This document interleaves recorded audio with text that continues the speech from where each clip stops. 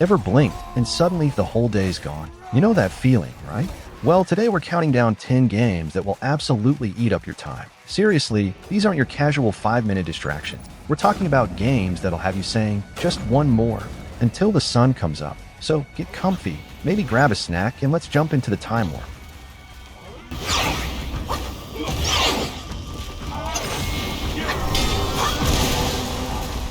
Red Dead Redemption 2. Think about it, you boot up the game, and right away, you're not just thrown into some linear story. You're in this sprawling open world that feels absolutely alive. Every little detail, from the way the NPCs go about their day to the random animal encounters, pulls you in deeper. You could literally spend hours just wandering around, hunting for that perfect pelt, discovering hidden trails, or just soaking in the atmosphere. It's the kind of game where getting lost is half the fun. And the story? It's not a sprint, it's a marathon. It unfolds deliberately, letting you really get to know Arthur Morgan and the rest of the Van der Linde gang. You're not just completing missions, you're living alongside these characters, experiencing their triumphs and their struggles. You build connections with them, and you genuinely care about what happens. That kind of emotional investment just makes you want to spend more time with them, see their stories through to the end, no matter how long it takes. But it's all the other stuff that really makes the hours melt away. You could be planning a big heist with a gang, then suddenly get distracted by a fishing spot that looks too good to pass up. Or maybe you stumble upon a mysterious stranger with a side quest that sounds intriguing.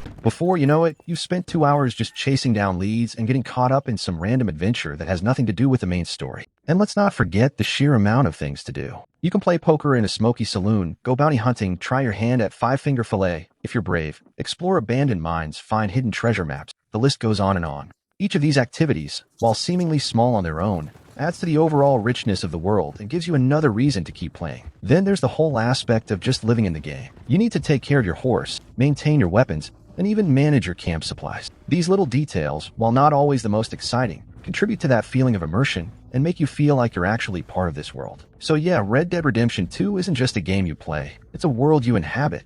It's a slow burn experience that rewards patience and curiosity, and it's packed with so much to see and do that you can easily lose hundreds of hours without even realizing it. It's a masterpiece of world building and storytelling that will absolutely steal your time in the best possible way.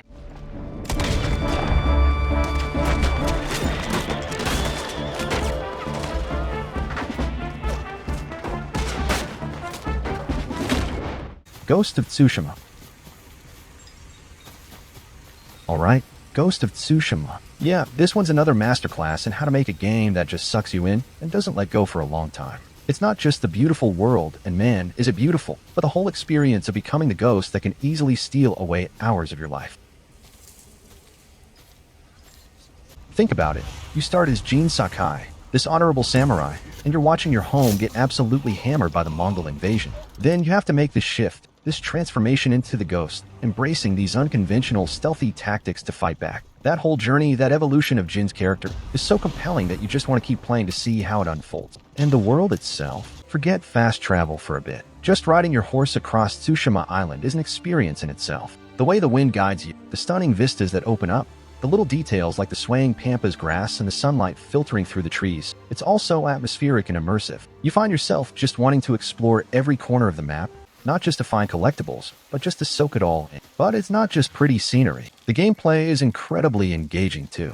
The sword combat is fluid and satisfying, and mastering the different stances to take down various enemy types is a real joy. And then you add in the stealth elements, the grappling hook, the different gadgets you unlock as the ghost. It all combines to create this really dynamic and fun way to approach combat and exploration. And just like Red Dead, Ghost of Tsushima is packed with side content that feels meaningful. The Tales of Tsushima aren't just your typical go fetch this quests. They often tell these really personal and moving stories about the islanders and their struggles under the Mongol occupation. You get invested in these characters and their fates, which gives you another reason to spend time helping them out. Then you've got all the little things that add up. Finding those hidden hot springs for Jin's reflections, composing haiku that capture the beauty of the island, climbing to the top of Shinto shrines for powerful charms. These aren't just checkboxes on a list. They're moments of peace and reflection that break up the intensity of the combat in the main story. And if you're a completionist, forget about it. Hunting down every last Mongol camp, finding every collectible, and upgrading all your gear will easily push you past that 100-hour mark, especially with the addition of Iki Island and all its new content. Ghost of Tsushima isn't just a game you play, it's a world you get lost in. It's a beautiful, engaging, and emotionally resonant experience that respects your time while simultaneously making you want to spend as much of it as possible on Tsushima Island. It's a true time thief, and a gorgeous one at that.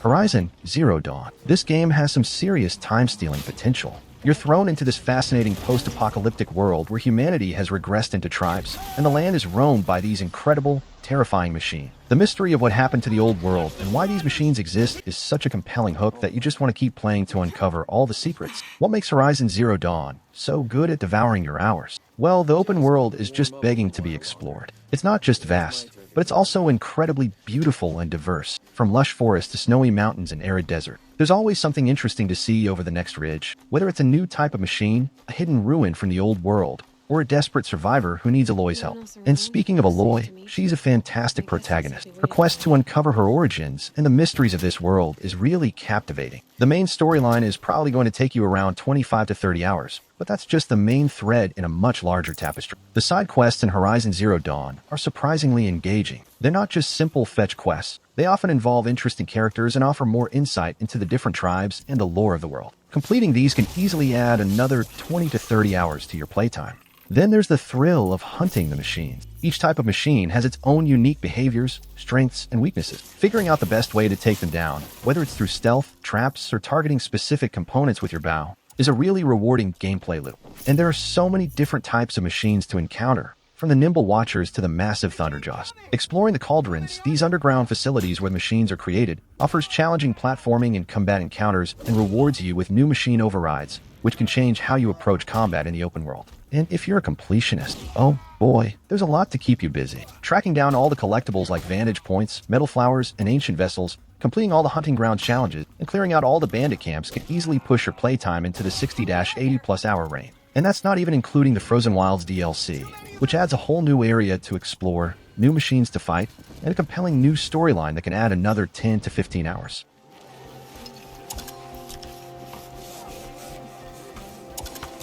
Goddess, why won't she leave me alone?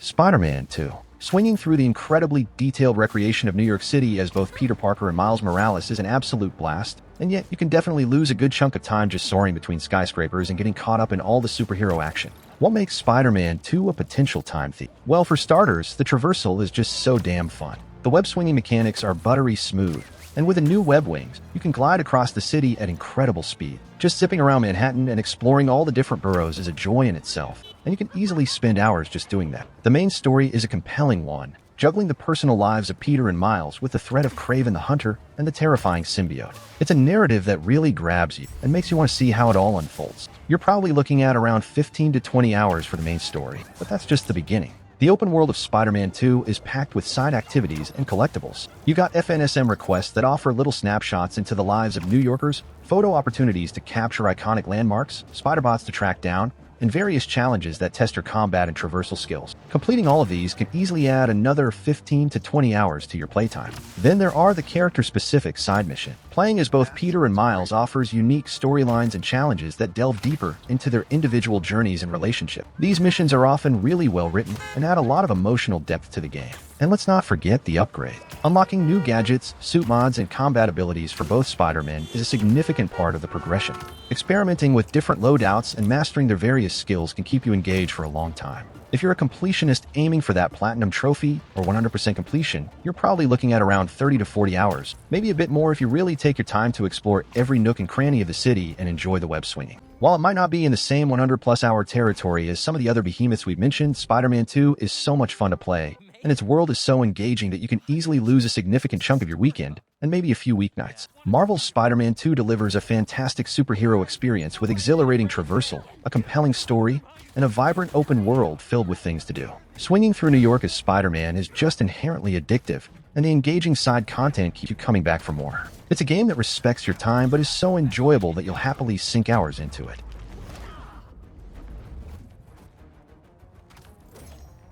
Black Myth Wukong.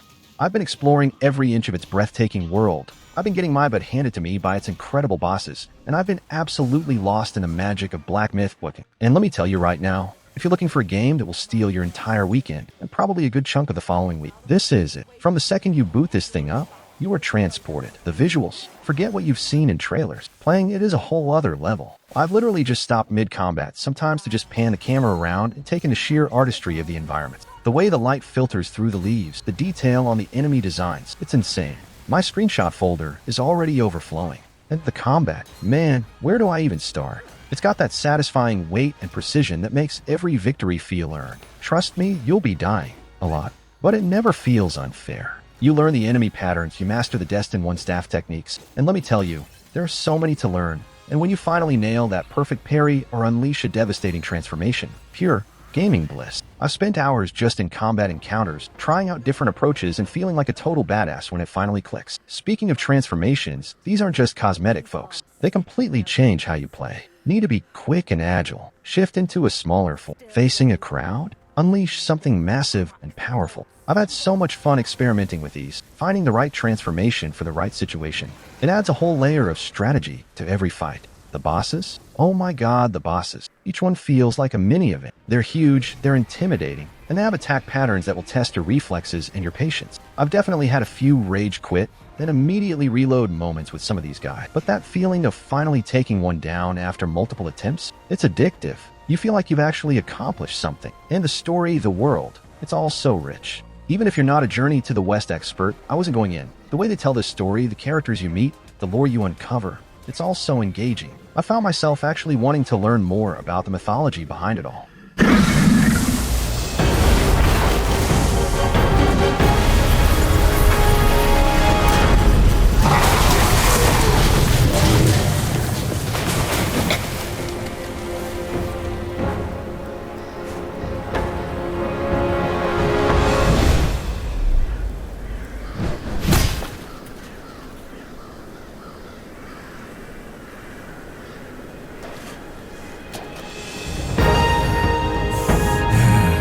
Mass Effect series. Alright, let's talk about the Mass Effect series. And when I say series, especially if you're diving into the Legendary Edition, you're not just looking at one game. You're staring down the barrel of a commitment. This isn't a weekend fling. This is a potentially months-long, emotionally charged space opera that will absolutely steal hours, no days of your life, and you'll probably thank it for it. Man, the Mass Effect trilogy. Where do I even begin? I remember picking up the first game way back when, and I had no idea I was about to embark on one of the most immersive and unforgettable journeys in gaming history. And with the Legendary Edition, bringing all 3 games together with enhanced visuals and quality of life improvements, forget about it. Your free time is officially in danger. What makes Mass Effect such a time thief? It's the world, man. BioWare crafted this incredibly rich and detailed galaxy filled with fascinating alien races, complex political dynamics, and a history that feels deep and lived in. From the moment you step onto the Citadel, you're just bombarded with lore and intrigue. You want to talk to everyone, read every codex entry, just soak up all the world building. That alone can add hours to your playtime.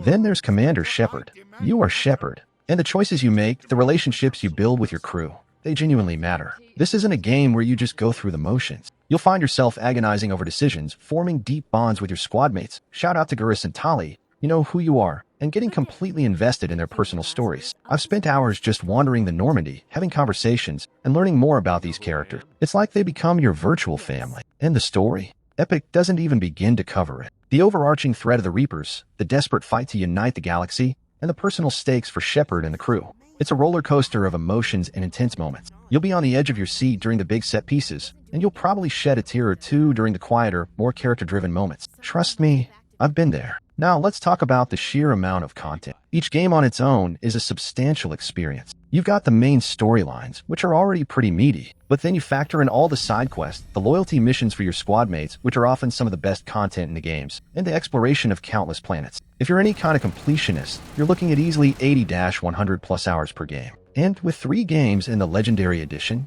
we're talking about a potential time investment of hundreds of hours. I've personally lost countless weeks, yes weeks, to the Mass Effect universe. There's just so much to see and do, so many different ways to play through the story, and so many choices to make that it has incredible replayability. I played through the trilogy multiple times, making different decisions each time, and I still discover new things. So yeah, the Mass Effect series, especially in the Legendary Edition packet, is a colossal time sink. But it's the kind of time sink that's absolutely worth it.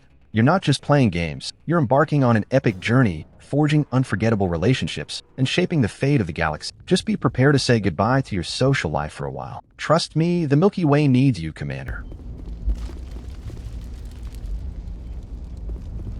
Kingdom Come Deliverance. Alright, Kingdom Come Deliverance. This one's a different kind of time sink. It's not the sprawling fantasy epic you might expect. It's grounded, it's realistic, and it demands your patience. I remember starting it and being surprised at how much I didn't know how to do. Even swinging a sword felt clunky at first, but that's what gets you hooked, I think. You're not some chosen hero from the start. You're Henry, a blacksmith's son, and you have to learn everything. And I mean everything. Learning to fight properly, reading, brewing potions, even just navigating the world. It all takes time and effort.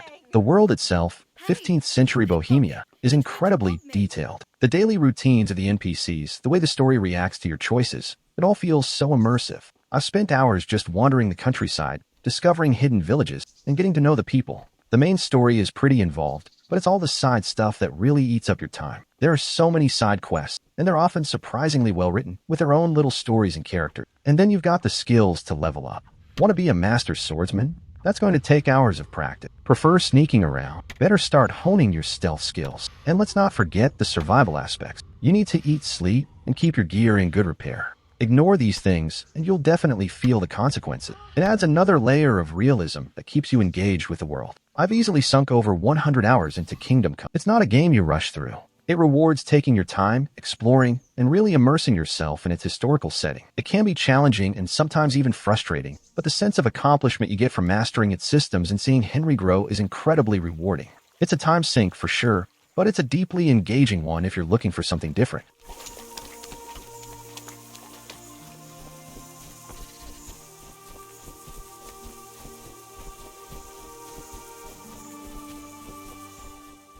Batman Arkham Knight. Alright, Batman Arkham Knight. Cruising around Gotham in the Batmobile for the first time? Yeah, that eats up hours on its own. Just tearing through the streets and feeling like the actual Batman is a blast. The main story is solid, but it's all the extra stuff that really makes the time vanish. You've got the most wanted missions going after villains like Penguin, Two-Face, Harley Quinn. Those can keep you busy for a good while. And then there's the Riddler. Oh man, the Riddler trophies and challenges. There are hundreds of them scattered all over Gotham. If you're a completionist, try to find them all and solve his puzzles. You can easily sink dozens of hours into that alone. Some of those riddles are seriously head-scratchers. Beyond the big villains and the Riddler, there are also all the militia activities, taking down watchtowers, APCs, defusing bombs. Liberating Gotham piece by piece can be surprisingly addictive, even if some of it feels a bit repetitive. I've definitely lost a good chunk of time just gliding around the city, looking for collectibles and getting into random street brawls. And if you factor in the DLC story packs and challenge maps, you can easily push your playtime way up there. Yeah, Arkham Knight gives you a massive Gotham to play in, a compelling narrative, and a ton of side content to keep you occupied. If you're looking to feel like the Batman for a long haul, this one will definitely steal a good chunk of your time.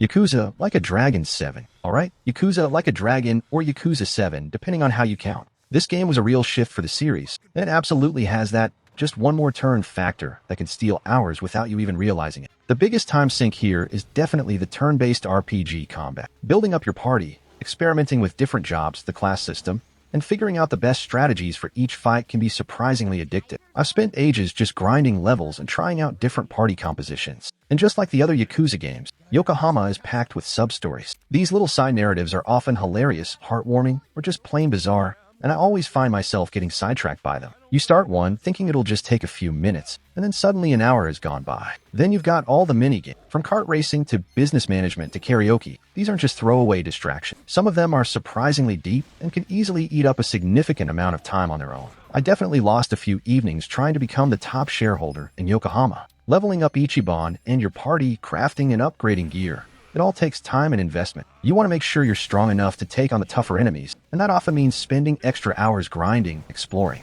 If you're a completionist, aiming to finish all the sub-stories, master all the mini-games, and max out all your jobs, you're easily looking at 80, 90, maybe even 100 plus hours. There's just so much to do in Yokohama. Yeah, Yakuza Like a Dragon offers a unique blend of a compelling story, engaging turn-based combat, and a ton of quirky side content that can keep you hooked for a very long time. It's a different kind of time sink compared to open-world exploration, but it's just as effective at making your free time disappear. Want some of that? Cool. Check this out. Well, take your best shot. Let's see. Let's go. gift for you.